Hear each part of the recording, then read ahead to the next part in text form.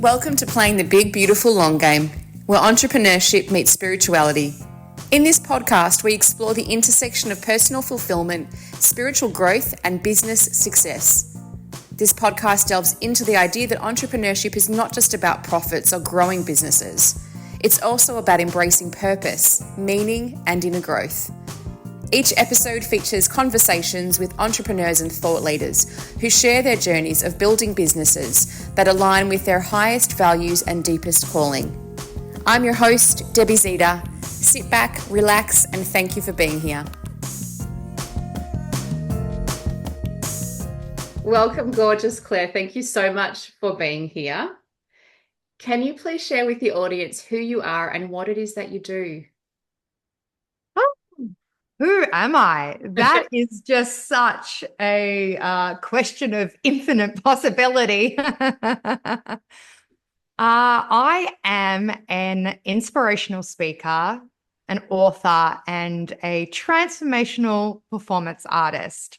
And this stemmed from being a little girl, absolutely crazy about ballet, crazy about dancing, trying to find my way in the world, in the entertainment industry, to now finding myself more in the spiritual communities and in the personal development industry, and sort of merging and mushing them both together to create inspirational theatrical experiences. I call it kind of theatre meets TED Talk and Liza Minnelli meets Brené Brown. I love it so much. And I have to share that I've had the blessing of actually seeing you perform indirectly. We're chatting briefly off record. But I happened to actually be at your party many years ago where you got engaged and I saw you perform. And it was quite a large event, so we didn't actually chat. And then as you were saying before we hit record, that the stars kind of aligned for us. But I feel so grateful because you stayed in my mind when I saw you that night. You're clearly such a talented performer. You're very raw, you're very authentic, and I've never met someone that has blended transformation with performing arts, and I think that that's really special. I am coming to see you with a group of other ladies in a couple of weeks, which I'm so excited about. I want to ask you, I'm totally tuning into just where I want to go. I've got questions, but I'm not even looking at them. What I want to find out is, let's go back to, that crossroads moment where you were like, this is my thing. Like, this is what I feel like I'm here to do. What happened? When was that? Can you walk us through that piece, please? Yeah, I would love to share that.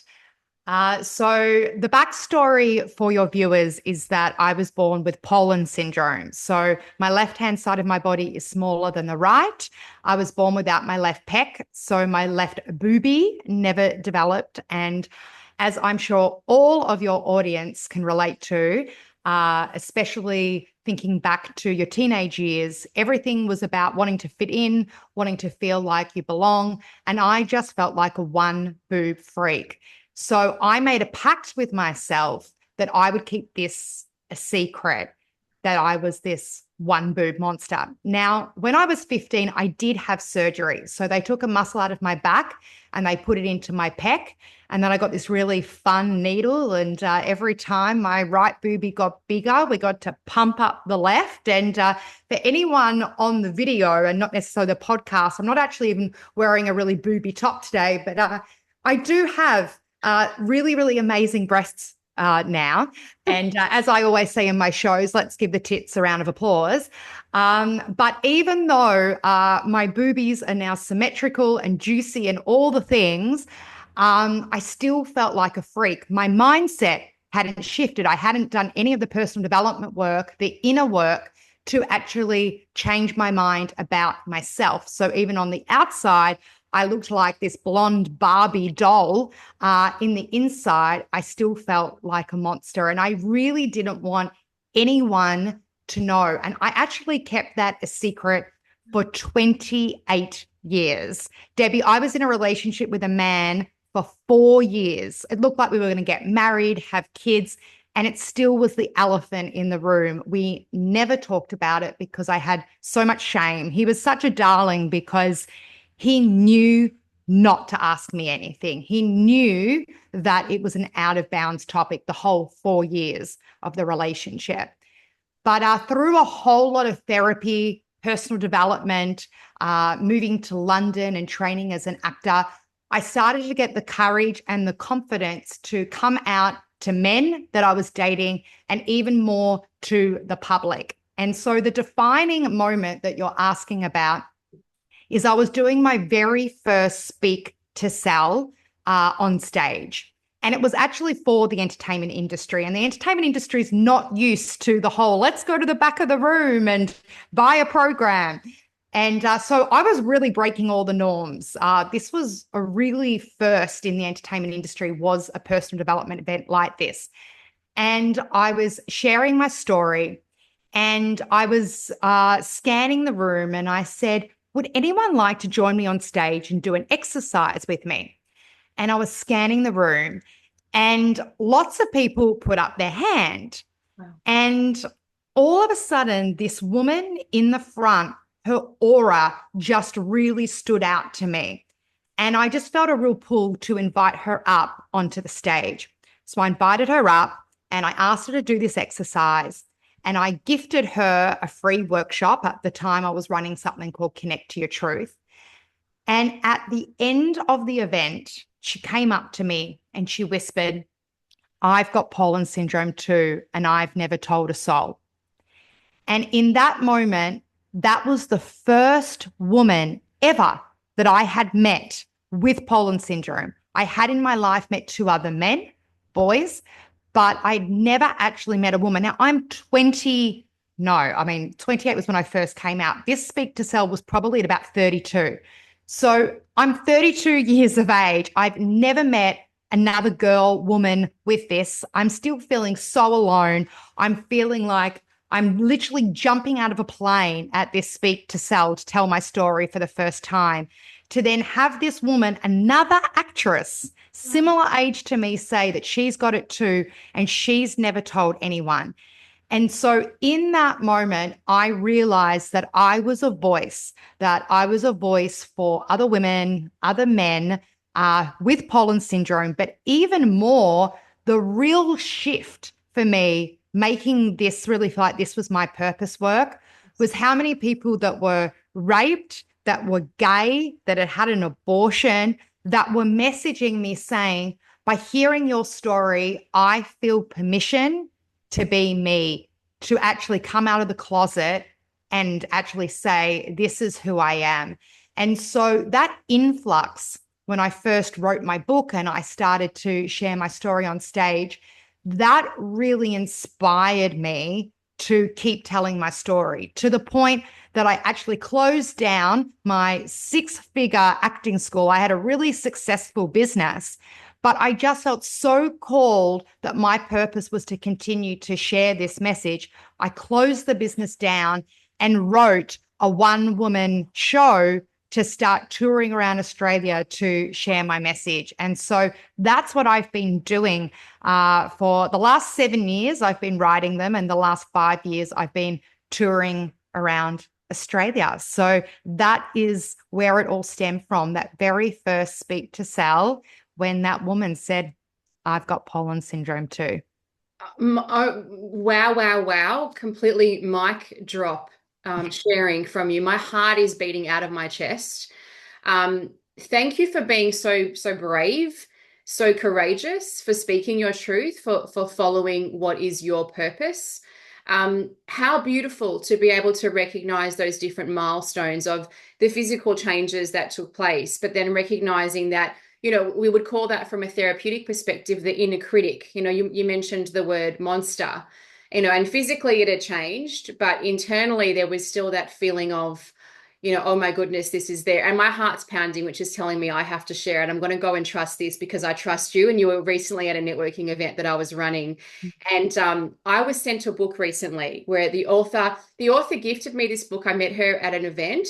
And I don't know why, but she said, I'm going to send you the latest copy of my book. And I was like, okay, I need to read this. And in that book, she discloses, I read this 2 nights ago, that she went through sexual childhood abuse.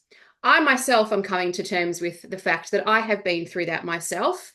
I alluded to that on our networking group that you were there that night. I myself went through a journey of 10 years of not wanting to be alive because I didn't understand why I felt so awful inside of myself.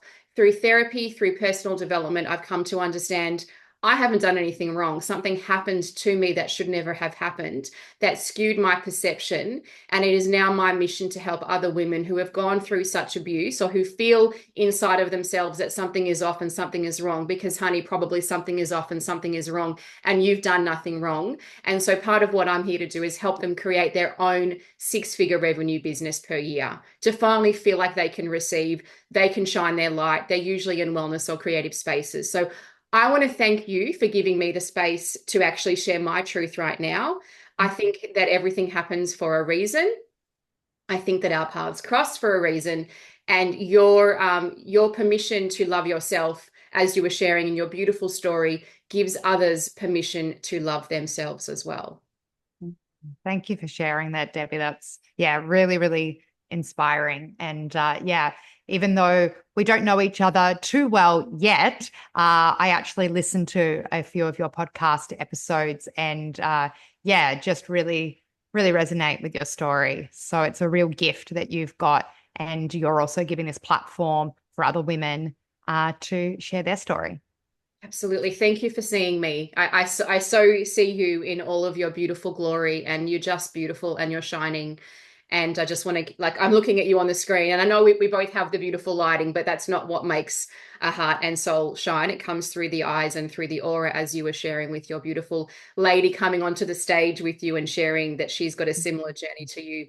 It's coming to my mind. The first podcast that was released within my community was through Karen Walker Cone, and she said something really magnificent, which is often our mess is our message. Mm-hmm. And I just felt like I had to share that, because that, I think, resonates with what, with your story, and also with mine, that the things that we go through often help us to grow. And there's a time when it comes for us to be able to share that, and not for everyone. Perhaps a podcast and writing it in a book and sharing it on a stage, that may not be your truth. For many years I thought it was, then I thought no, it wasn't. And the reality was my soul wasn't ready. My soul Mm. is ready now, and so is yours. And hence we're here doing this work, and we can click off and not go into our inner critic.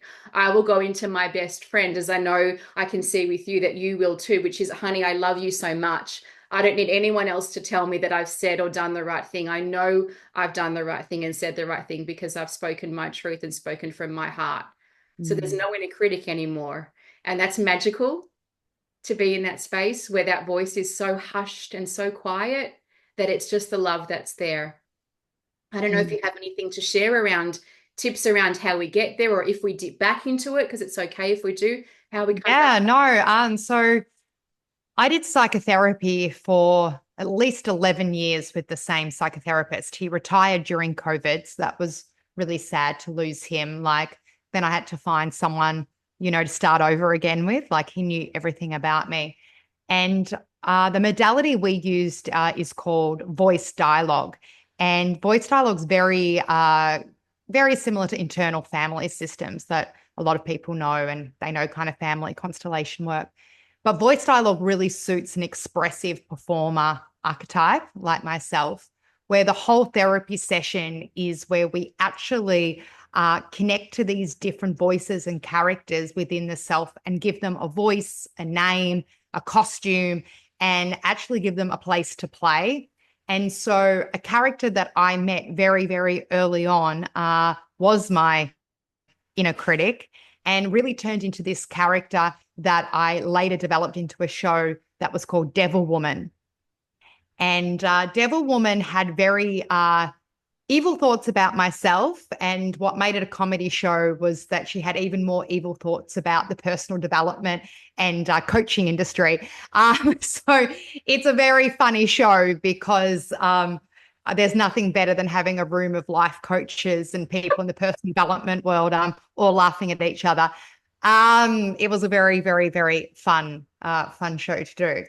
But what has helped me to quieten down my inner critic, and I wouldn't say that it's quiet 100% of the time, but it's definitely quiet enough that it doesn't stop me from taking any inspired action anymore. But when that inner critic does come up, it's really important that I go back to that time in that therapy space, and I give that critic a space, whether it's through journaling, whether it's through me creating a skit, whether that's me writing a song, something to really process those thoughts. And then, as you said, like come back to the self and really connect to that best friend. And so for some people, that might be connecting even to an inner mother. It might be an inner fairy godmother.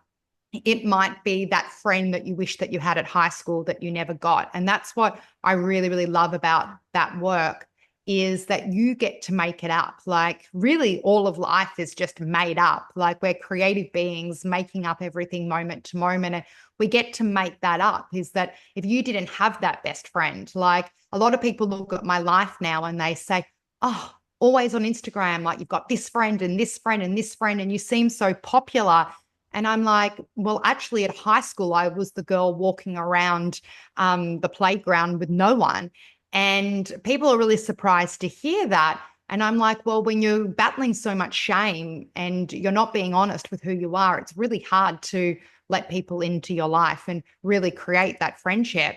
And so, even though I did have a few friends, I didn't have anyone I felt like I could be really myself with except my mum. And so, my mum, I'm feeling very emotional saying this because my mum's just about to turn 80. And yeah, my mum's definitely going downhill from a mental point of view. But yeah, like she has always been like that best friend. And I realized, especially over the last few years when my mum's been declining, I need to have that within myself. I need to have that inner best friend and that inner mother. And especially while I'm on this IVF journey and yeah, hoping to be pregnant right now. Like I need that more than ever right now. Like I need that inner best friend and that inner mum. And it's amazing when it manifests in the real world as actual friends and an actual hug from your mum, but we don't always have that. And so, yeah, that's what's been really beautiful about this work, is taking that time to be able to really nurture my heart and my womb space, and yeah, just really give myself all the love that I didn't necessarily get in my teenage years or even my 20s, really. So, Oh, it's yeah. such a beautiful sharing, and I'm processing everything that you're saying, and so many parallels in our journey. I struggled at school. I was very shy. I was quite bullied. I was often like the healer and the helper and the counselor to everyone. So anyone who was new to the school, I would come in and be there for them. And I was very, very giving, very generous, and very loving. But I never really felt sort of fully seen, actually, probably until my 30s. Like you, mum was and is my best friend. Very sadly and tragically, mum passed away when I was 27 and pregnant. And yeah, I've had to really learn how to mother myself and how to reparent myself and how to continue the relationship with mum in her transition form and spirit form, which was what led me down a very spiritual path very quickly, and had me facing my shadows and had me facing big communities and a lot of projections and judgments and confusions and rabbit holes and pathways, and ultimately finding what is my own truth and using all of that learning to create, all of what we're seeing here, the podcast and my own programs and the way that I speak, and really stepping into my own now in my 40s, saying, I've had wonderful teachers and I'm very grateful for understanding my heart and my soul and my essence and my spirit and my higher self. And yes, they're all quite nuanced and quite different. And I'm happy to chat with anyone and share my own findings on that, because I've had direct experience in living on ashrams and going through states of elation and transcendence, and all through meditation, and then coming back down to earth and having to do school drop-offs and sign divorce papers and want to call mum and mum's not there, and then crying and the grief and then all of that. So thank you for sharing everything so beautifully. And I think this is so brave, Claire, that you share in real time. Like I'm always someone that kind of shares after, but you are actually going through this journey right now. And I am. I love that you're so connected with what you're doing and so brave in your vulnerability, in your current sharing, that I'm almost like I want to kind of like bow down to you for being so brave. So can you share with us, for those that don't know, talk us through this current show that you have? This is what's coming up in the next kind of couple of weeks that I will be seeing you at. What's it called? What's it about? Well, yeah, before we move straight into that, I think it's really important for your audience to hear that I've had a real journey deciding whether I wanted to be a mum. When I got together with my partner, who's now my husband, 8 years ago, I was 35 and really ambitious. I had just closed down the acting school that I had this calling to put on these one-woman shows. And I just really saw the next, 5 years of my life touring around Australia doing these shows. And so when my partner at the time was saying, I really want to have kids and I want to have kids soon, I said, well, to be really honest, I definitely don't see this for a minimum of 3 to 5 years for me, even more, because I feel like the baby that I'm birthing at the moment is my show and my purpose work. And so I was very honest early on that I would not be even considering having a baby for quite a long time. And I really thought that he would leave me, like saying that. Like, this was quite early in our relationship. I didn't have the feeling with my now husband, like, you're the one and you're my soulmate. Really, he was just a loving, willing, honest guy. And I was just really enjoying this process of dating and relating and wasn't really thinking too much into the future.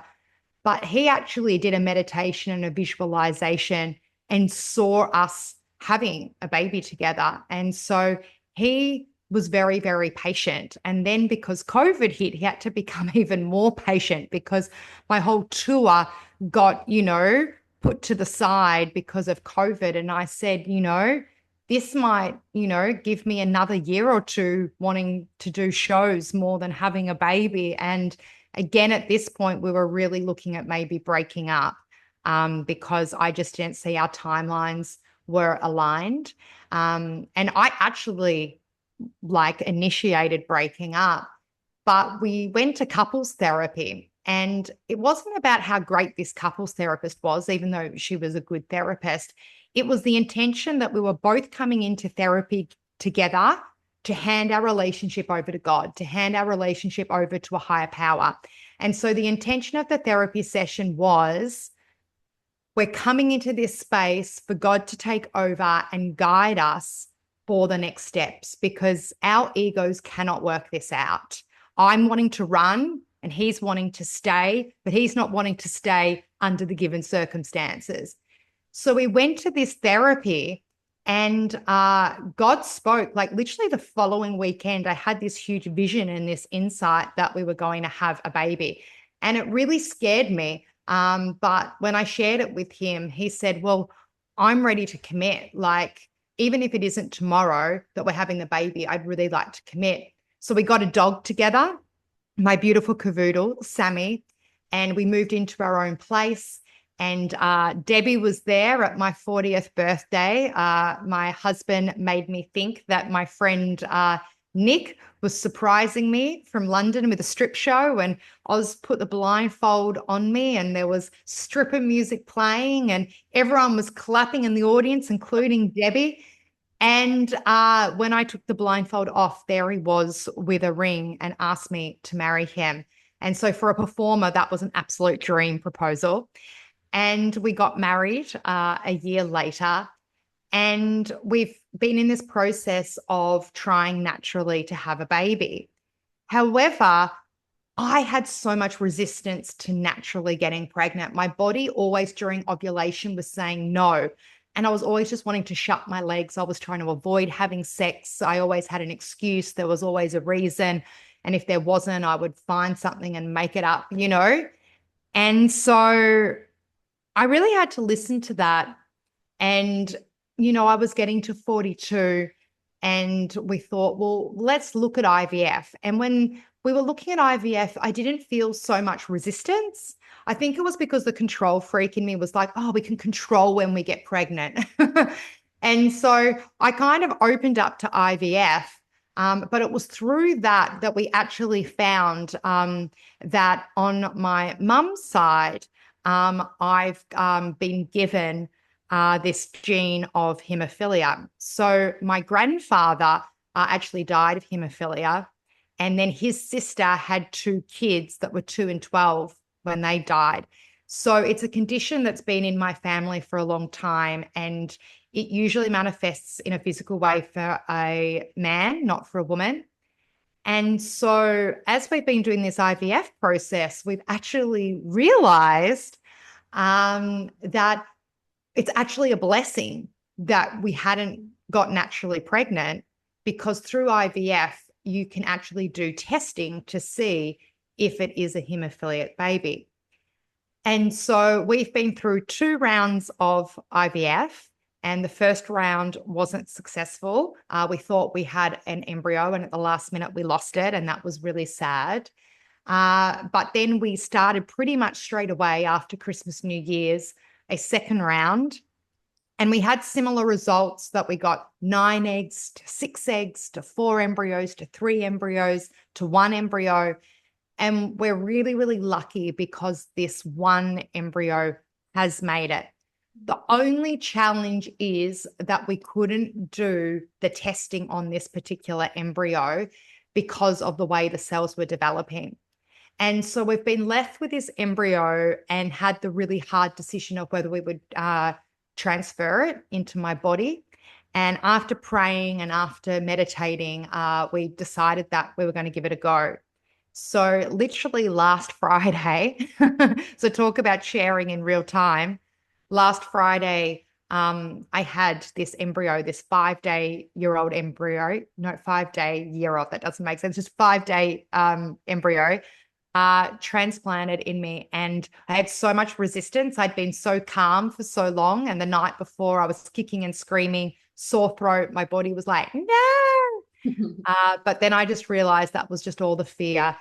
And I then, the next day got an implant. And as far as we know, like, you could say I'm technically pregnant at the moment, but they say that it's a 1 in 10 chance for a woman who's about to turn 43 to stay pregnant with this procedure. So even though I could say right now I'm pregnant, it's not like I'm saying, woo, I'm pregnant. It's just a day-by-day thing. And so I'm now on this journey of, finding out whether I am pregnant and whether it's worked, while on the back of that, creating a theatre show literally like a few weeks before I found out about the hemophilia, thinking to myself, I know how to manifest. Mm-hmm. I manifest through shows. I'm going to create a portal to manifest my baby. And I did this literally 8 years ago. Before I got together with my husband, I did a birthday show to do as a ritual for all of my community to call in my love. And then that totally worked. So I thought, you know what? This baby thing isn't happening. I'm going to do a birthday ritual show to call in the spirit of my child. So it's going to be a very interesting performance. I mean, you're going to be there, Debbie.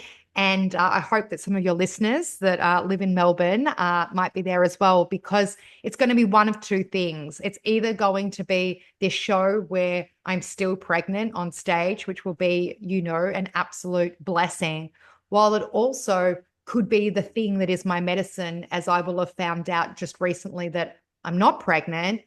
And that birthday baby show will be the portal for me to manifest with my community the baby that wants to come. And so I'm really open to however it turns out. Like, obviously I would love the whole, I'm pregnant on stage, gold medal, but really, like, the higher achiever in me also needs to take a back seat and being like, this is God's game. This is a game of my higher power and Oz, and we can't control the result. And so, just like I did in that therapy room, I'm handing this over to my higher power, and we'll see on Sunday 13th, what happens. Oh my gosh. Oh my goodness. Taking everything in that you're sharing again, the bravery of the real time, and also the fact that you are literally living and breathing non-attachment.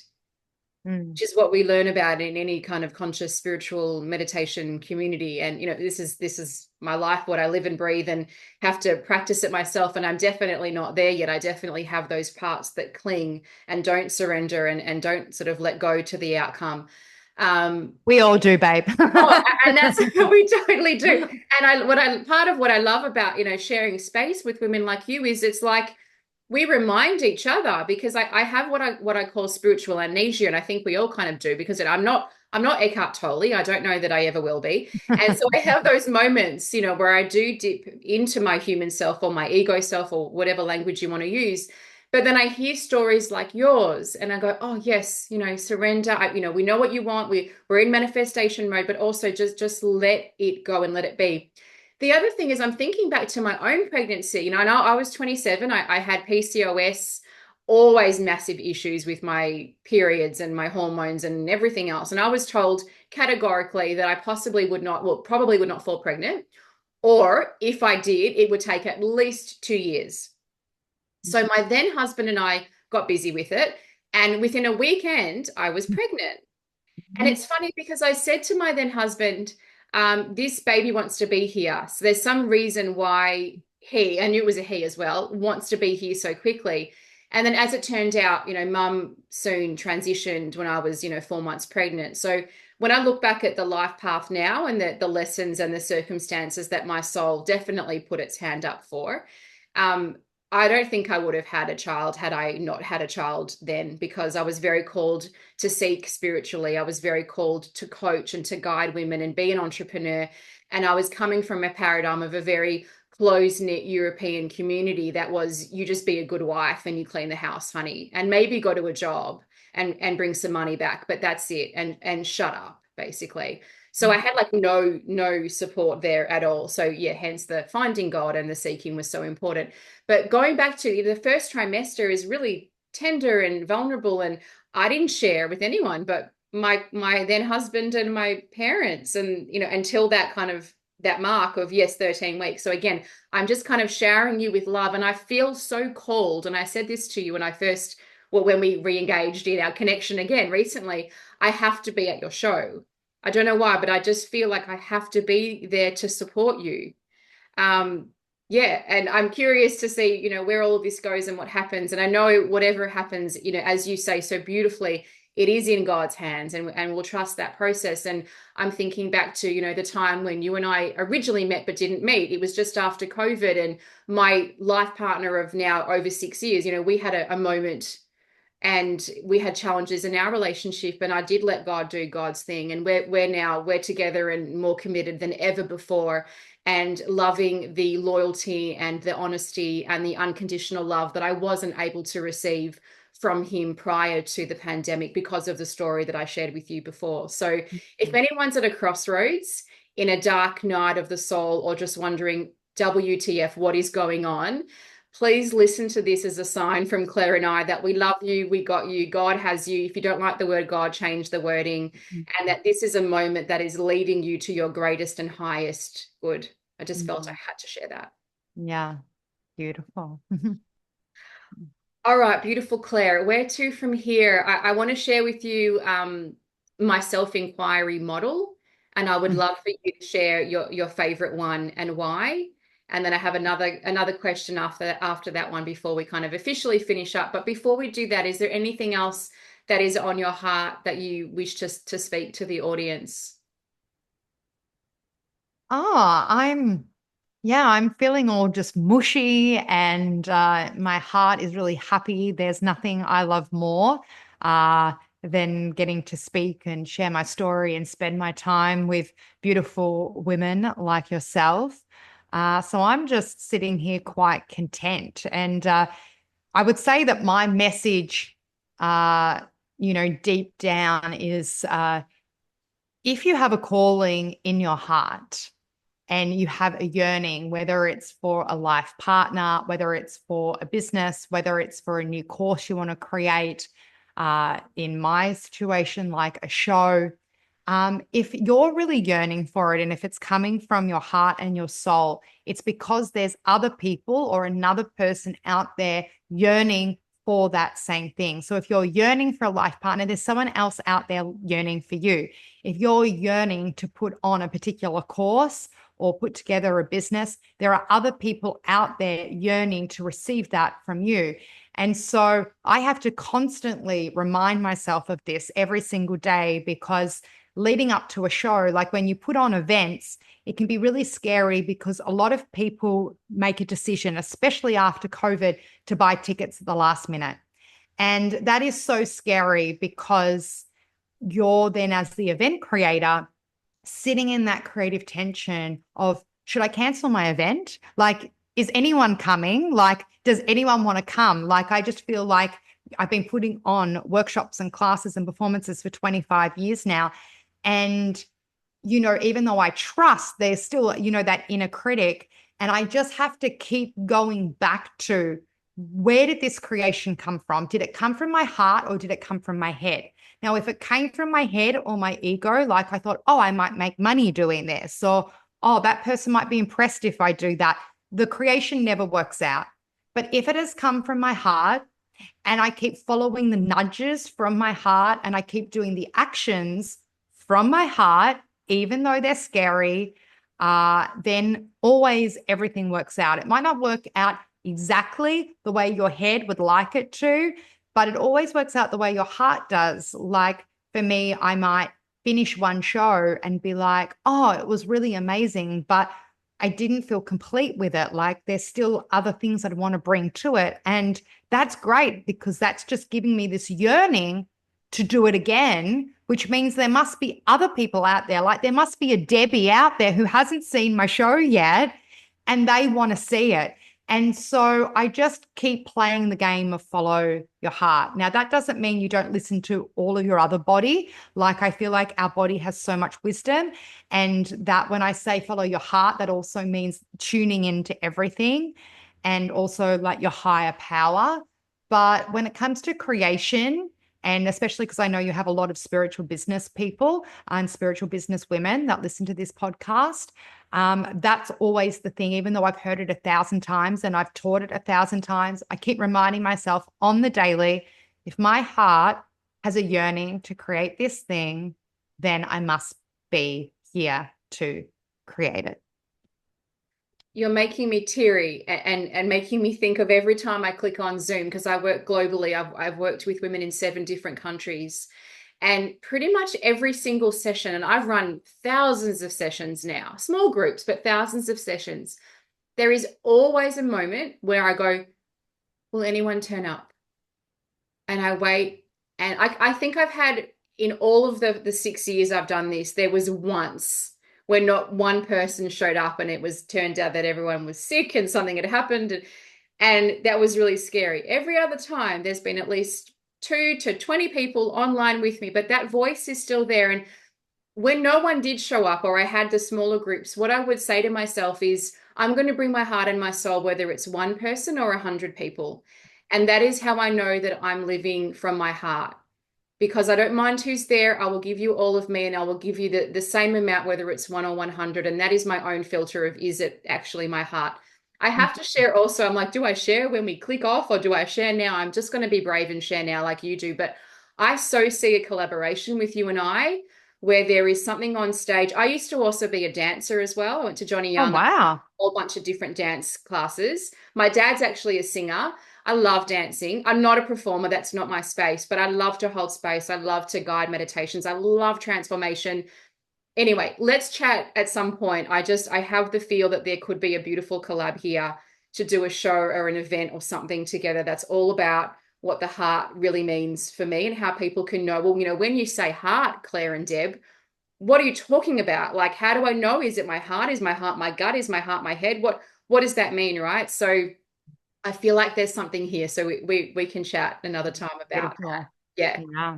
Yeah, amazing. Okay, I'm going to share with you, my love, the self-inquiry model that is pretty gorgeous. And just take your time, and I would love it if you can just share with us which one is your favorite and why. So just give me a second to get that up on screen. It is also behind me on that banner there as well, but it's usually hard to see that visual. Okay, so here we go with the sharing.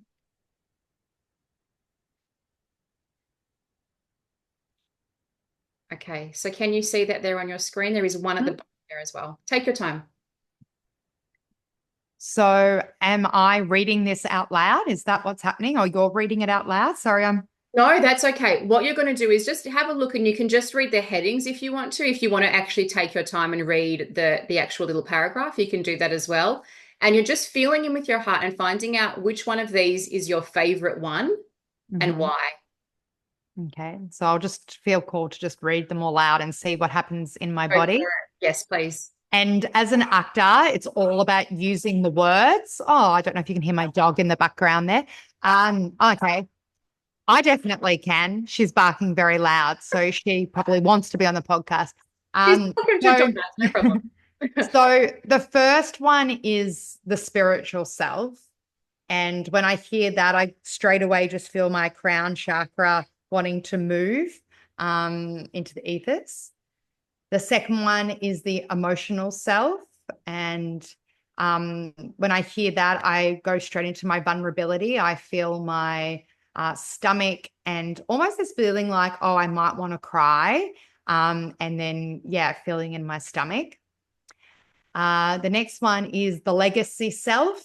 That feels like my businesswoman. Like I all of a sudden want to feel like, I want to get the clipboard and pen and the whiteboard out and make some notes. The next one is the valued self. And yeah, that's feeling like that's very in my heart. And that's all about really, yeah, valuing my whole expression and all of who I am. The ecological self, that one is definitely feeling the most unfamiliar. So I'm going to read that one.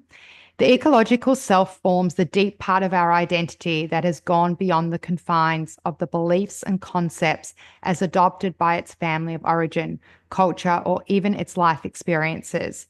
When these unconscious fields of influences are dissolved, we adopt an I belong here approach to life as opposed to a I do belong here approach.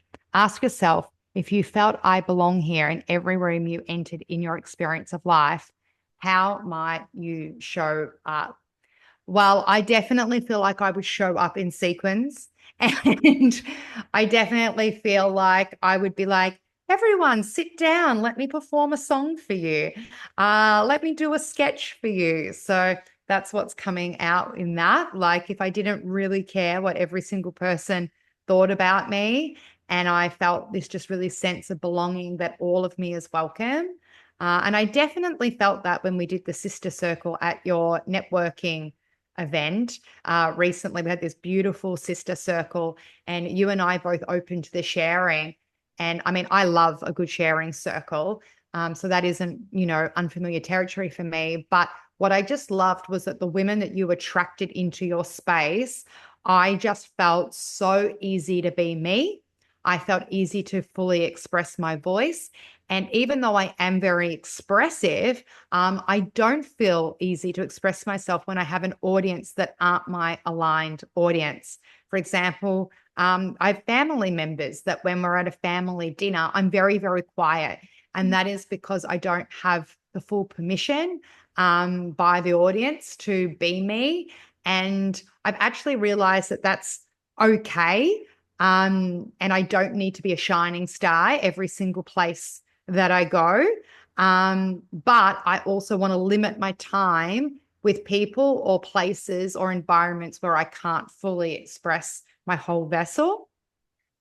And so the last one is the sexual self. And my inner critic's like, is this what you're supposed to be doing on Debbie's podcast right now? My inner critic's going, are you doing a good job? Like, what are you doing? Anyway, the sexual self, yeah, I feel like there's a lot of shame that can come up because I've got such an interesting relationship with my vagina, my yoni, my pussy, whatever you might call her, and obviously my breasts. I mean, as I expressed at your networking event, Debbie, like I've fully loved my boobs now. Like my boobs, like they're fabulous. They're absolutely fabulous. But my pussy, my yoni, my vagina, I'm having a relationship with her, and her and I are in therapy. And so, yeah, just putting that out, that's probably the one that yeah, there's still work to do, but I'm not seeing it as I need to be fixed anymore. It's just that the journey of life will continue on, and I will continue to just move myself to places that feel good and I feel alive and fully expressed. So, yes, is there anything else you're wanting me to share? That Again, was my the critic's most. like, what are you doing right Well, it now? was the most. I've asked this question. I've recorded 20 something podcasts already, and the selves, the framework that you just read out has been looked at by hundreds of women, and it's been discussed hundreds of times in my sessions, my group sessions, my one-to-ones. I love your take on it and your perspective, and that's the beauty of this framework. So I guess a bit of a backstory of it, because this is quite new for you. It's not like you've been to my sessions and know what we do there, but I'll come back on screen so you can see me.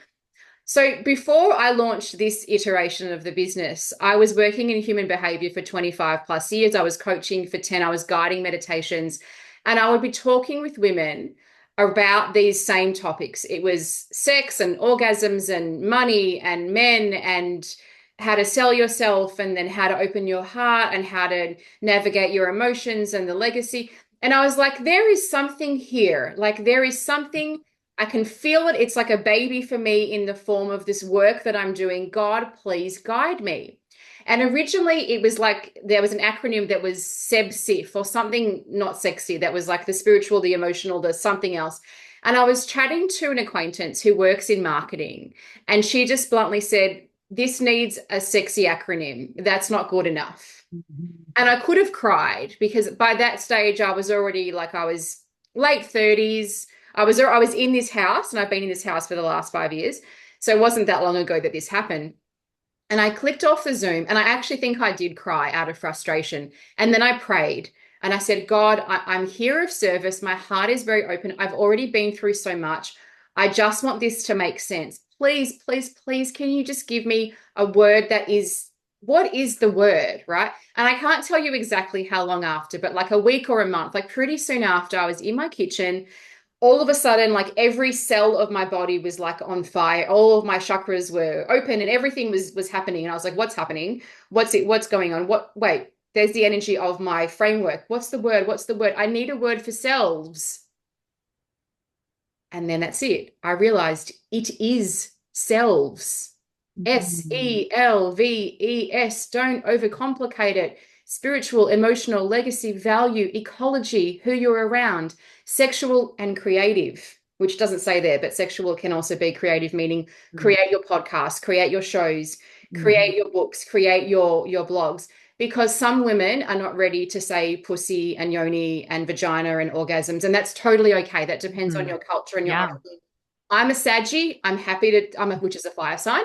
I love that part of life. I'm happy to share, but I will share with those who are receiving it with sacredness, because for me, sex is life and sex is expression. And it took me a long time to love my own vagina and my breasts, and I still work on that. And then they change in your 40s as well, right? So then you have to love a different way. So that's the framework. And when I guide women through the framework, through meditation, through those questions, there's a deep level of awareness and self-inquiry and healing that takes place, that creates a natural identity shift that brings them into the people, the places, the opportunities, the money, the experiences that they're looking for. And so you didn't know any of that. You were just, I asked you what's your favorite, and you just so beautifully shared in your Clare way the framework. So what I love is there's no wrong and there's no right. It's you were giving us a summary of the framework, which is beautiful. Yeah, I think it's good also just to see what happens when, for example, just reading the titles and just what first comes up, and just a reading from that, like, oh, what does my body say? And share from there. And yeah, I had no idea what the ecological self was. And I couldn't believe that on the other side of that was me talking about performing in a space, you know? So But I love yeah, it so love much. it. I love that you said that you would show up in your sequence. Hmm. Yeah, and I would show up and I would meditate. That's me in my fullness of my expression. So a Mm. beautiful, beautiful sharing. I have one lucky last question for you, sweetheart, which is, Hit me with it. what advice do you have for others who are creating a business that serves both the world and their hearts? Mm. Well, part A would be what I've already said about that if you've got an idea, you've got a business idea, or you've got a course idea, a workshop idea, an event, a retreat, whatever it might be, and it's true in your heart. I always ask the question, if I died in the next 3 to 5 years, what would I regret not creating? And if it falls under that, and your heart is yearning, then create it. It will definitely create resistance. If you're creating something from your heart, you will get blocks, and there will be times where you're going to need courage. And so that's just inevitable. So if you think it's just going to be easeful the whole time, I usually feel like with a business idea, you have this honeymoon period where at the start it just feels so delicious. And I love that time. There's nothing better than that honeymoon time with the business idea or the project idea. And then you start doing the work and you hit the first roadblock, and then you hit the second roadblock, and you can get to the point where you're like, do I really want to do this anymore? And a lot of people do get to that point because they haven't worked out their courage muscle enough, and they stop. That's what I usually find with business people, is that they get to that point where they're really close to the breakthrough for their business or for their project, and they're going to work out the exact thing they need, get that clarity, and they give up.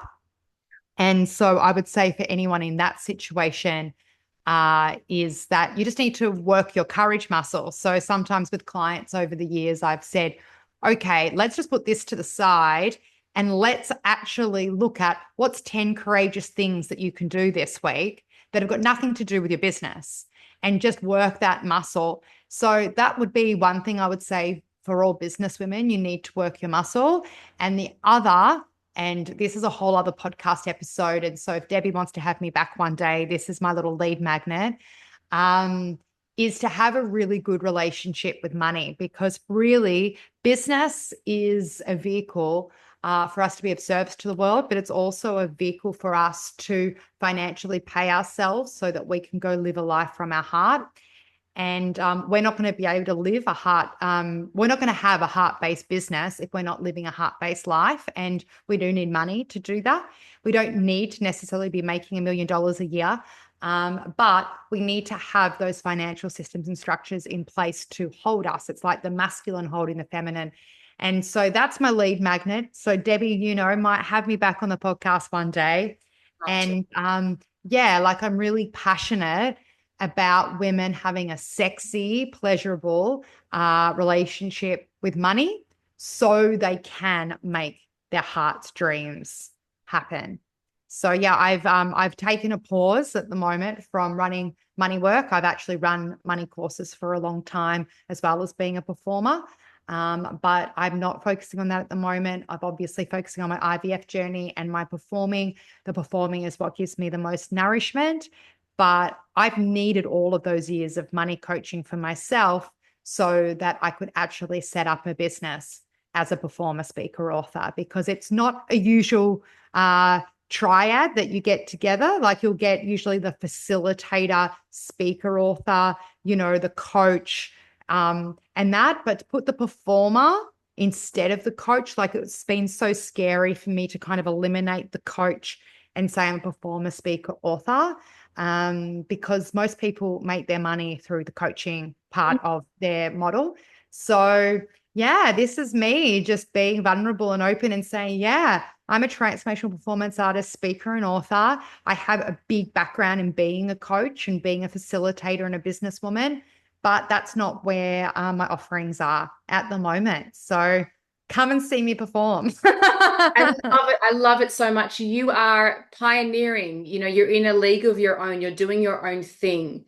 And I have so much love and respect for women like you, because again, I go back to what I was sharing at the start or in the middle of this podcast, which is how brave and courageous you are.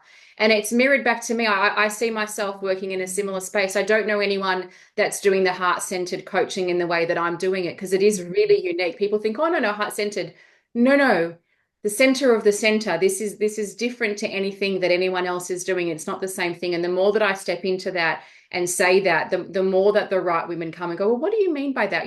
What do you mean by performance, transformational performance artist? What do you mean by heart-centered coaching? So thank you, Claire, for being you, for sharing your heart, your soul, your journey, everything with us. I'm so grateful to have you. I would be delighted to have you back again on the podcast, of course. I And would I love that. cannot wait to see you shining on stage. And all the links will be below in the show notes for people to come and join you as well. Amazing. Also, if anyone's listening, if they use the discount code BABY, they will also get a cheeky discount because the early bird has just finished. So, yeah, Debbie, you can let anyone know that. And anyone listening, use the word BABY, and hopefully there'll be a bubs in me on the night. Amazing. Thank you, beautiful Claire. Thank you so much. Thank you. The information provided on this podcast is for informational and educational purposes only and should not be considered medical, health, or financial advice. Always consult with a qualified health professional or financial advisor before making any decisions related to your personal health or finances.